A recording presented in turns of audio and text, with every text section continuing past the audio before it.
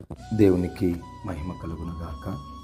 ఈ దినం దేవుని వాక్యం, యెహోవా నీవే నాకు కేడెముగాను, నీవే నాకు అతిశయాస్పదముగాను, నా తల ఎత్తువాడవుగాను ఉన్నావు.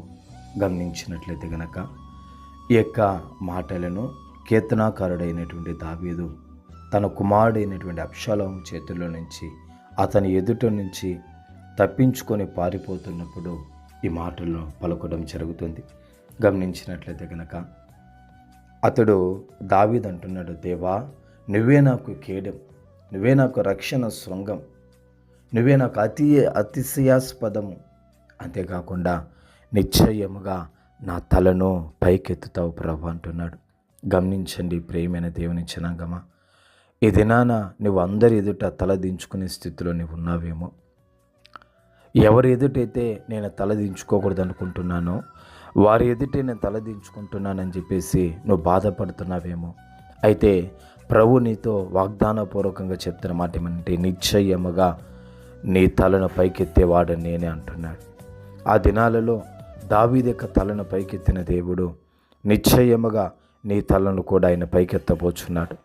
దావీదును మహిమపరిచిన దేవుడు, దావీదును హెచ్చించిన దేవుడు, దావీదును బలమైనటువంటి జాతిగా, బలమైన జనాంగంగా మార్చిన దేవుడు నిన్ను కూడా బలమైన జనాంగంగా మార్చి, నిన్ను కూడా ఒక బలమైనటువంటి వ్యక్తిగా మార్చి నిశ్చయముగా నీ తలనైనా పైకెత్తబోచున్నాడు. కాబట్టి ఒక్క విషయం నువ్వు గమనించాలి, దేవుడు నీ తలను పైకెత్తేంత వరకు నువ్వు మౌనంగా ఎదురు చూడాలి.